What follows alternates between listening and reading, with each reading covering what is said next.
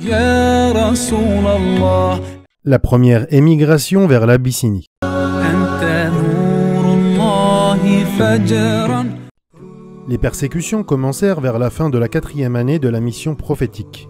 Timidement d'abord, puis elles se mirent à s'accélérer et à s'aggraver jour après jour et mois après mois, jusqu'à ce que la situation devint extrêmement grave et parfaitement intolérable au milieu de la 5e année. Les musulmans se mirent alors à envisager sérieusement les différents moyens qui leur permettraient d'éviter les tortures que les polythéistes leur infligeaient. Ce fut à ce moment, alors que l'amertume et le désespoir accablaient les croyants, que la sourate Al-Kahf, entre guillemets la caverne, fut révélée, comprenant des versets qui répondaient aux questions soumises par les polythéistes au prophète sallallahu alayhi wa sallam. Elle comportait aussi 3 récits qui incluaient des paraboles très suggestives destinées à être assimilées par les croyants. L'histoire des gens de la caverne indiquait clairement à ceux-ci qu'ils devaient se retirer des lieux où régnait l'incroyance et la persécution, dès lors qu'ils craignaient pour leur religion et qu'il fallait confier leur sort à Dieu, c'est-à-dire en s'abandonnant à lui. وَإِذِ اعْتَزَلْتُمُوهُمْ وَمَا يَعْبُدُونَ إِلَّا اللَّهَ فَأْوُوا إِلَى الْكَهْفِ يَنشُرْ لَكُمْ رَبُّكُم مِّن رَّحْمَتِهِ وَيُهَيِّئْ لَكُم مِّنْ أَمْرِكُم مِّرْفَقًا. Les jeunes se dirent mutuellement, maintenant que vous les avez fuis, eux, entre parenthèses les mécréants, et ceux qu'ils adorent en dehors de Dieu. Réfugiez-vous dans la caverne et Dieu étendra sur vous les effets de sa miséricorde et vous apprêtera pour votre séjour des conditions clémentes. Coran, sourate 18, verset 16. L'histoire de la rencontre entre Al-Khidr et Moïse, Moussa alayhi salam, fait explicitement référence aux vicissitudes de la vie.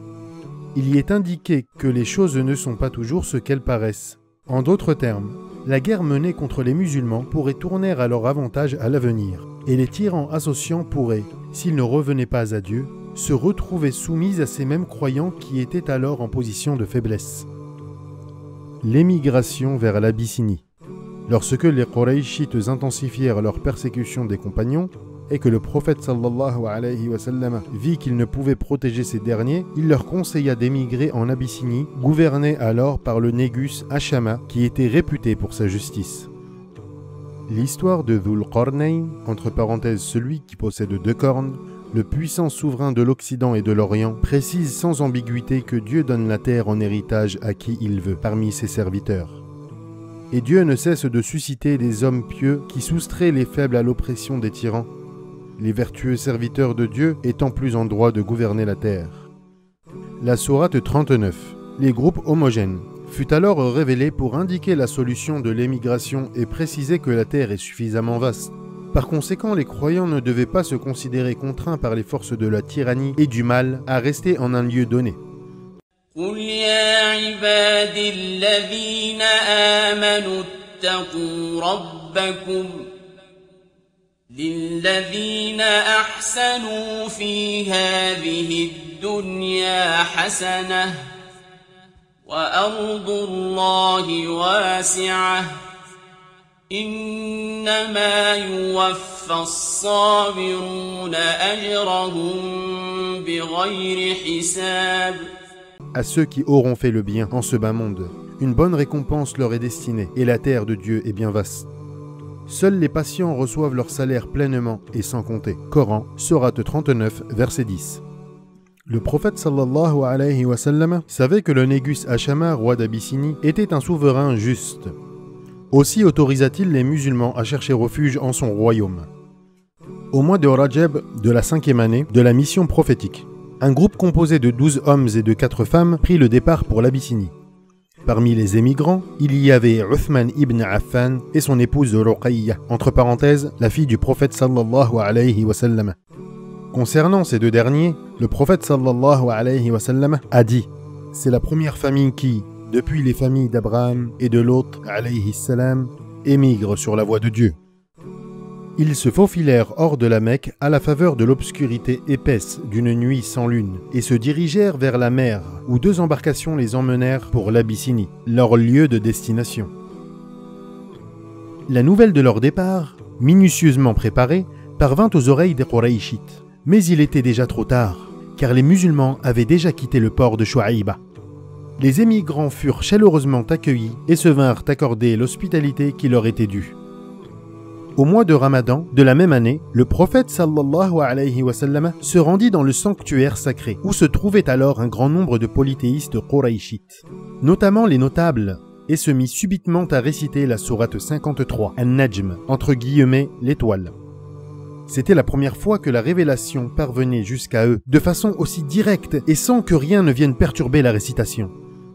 Par le passé, les associants s'enjoignaient de ne pas écouter les versets du Coran et de faire du chahut lors de sa récitation. وقال الذين كفروا لا تسمعوا لهذا القرآن والغوا فيه لعلكم تغلبون. N'écoutez pas ce Coran et opposez-lui verbiage et vacarme. Peut-être serez-vous vainqueurs. Coran, sourate 41, verset 26. Lorsque les paroles de Dieu atteignirent directement leur cœur, ils furent littéralement transportés par un verbe divin merveilleux et fascinant, dont la splendeur et la majesté ne sauraient être cernées par l'éloquence de l'homme. Ils se trouvèrent soustraits à leurs occupations. Cela les plongea dans un état de concentration extrême vis-à-vis des paroles divines.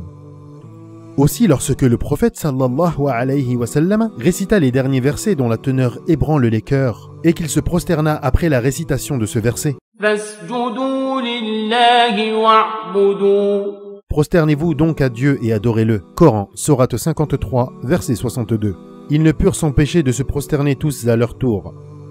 C'était en fait la force merveilleuse de la vérité qui avait entamé l'obstination des esprits des négateurs arrogants et railleurs. Ils ne purent s'empêcher de tomber en prosternation devant Dieu. Al-Bukhari rapporte dans son Sahih que Ibn Abbas radiyallahu anhu a dit: le prophète sallallahu alayhi wa sallam se prosterna en récitant la sourate l'étoile, et se prosternèrent en même temps que lui les musulmans, les associants, les génies et les hommes. Ibn Mas'ud radiyallahu anhu rapporte: la première sourate au sujet de laquelle la prosternation fut ordonnée fut celle de l'étoile. L'envoyé de Dieu sallallahu alayhi wa sallam se prosterna, et ainsi firent tous ceux qui étaient derrière lui, sauf un homme qui prit de la poussière dans sa main et se prosterna dessus. Plus tard, j'ai vu ce mécréant être tué. Il se nommait Umayya ibn Khalaf. Ils ne surent que dire lorsqu'ils s'aperçurent que la majesté des paroles de Dieu avait conquis leur cœur et produit exactement ce qu'ils avaient essayé d'étouffer et d'annihiler, c'est-à-dire la foi authentique. Leurs amis polythéistes, qui n'étaient pas présents à ce moment-là, les blâmèrent sévèrement. Par conséquent, ils se mirent à forger des mensonges et à calomnier le prophète sallallahu alayhi wa sallam, prétendant qu'il avait vénéré profondément leurs idoles et qu'il leur avait attribué le pouvoir d'intercession auprès de Dieu en disant: ces idoles sont de grands seigneurs dont l'intercession doit être espérée. Ce furent là des tentatives désespérées en vue de présenter une justification pour leur prosternation auprès du prophète sallallahu alayhi wa sallam ce jour-là. Ce comportement était évidemment en parfaite continuité avec leur habitude désormais solidement ancrée de mentir et de monter des complots. Cependant, les polythéistes devinrent furieux lorsqu'ils finirent par savoir que les musulmans avaient reçu un accueil chaleureux et avaient trouvé une amicale hospitalité en Abyssinie. Et dès lors, ils durcirent encore plus les tortures et les mauvais traitements qu'ils infligeaient aux musulmans. Suite à cette aggravation de la situation, le messager de Dieu sallallahu alayhi wa sallam jugea qu'il était impératif d'autoriser une seconde émigration en Abyssinie pour les musulmans les plus défavorisés, afin qu'ils y trouvent refuge. Mais cette nouvelle entreprise fut difficile, car les Qurayshites s'y attendaient et étaient déterminés à la faire échouer. Toutefois, les musulmans réussirent à s'organiser si rapidement que les Qurayshites ne purent contrer leur fuite. Les musulmans étaient cette fois-ci au nombre de 83 hommes et 19 femmes ou, selon certaines versions, 18.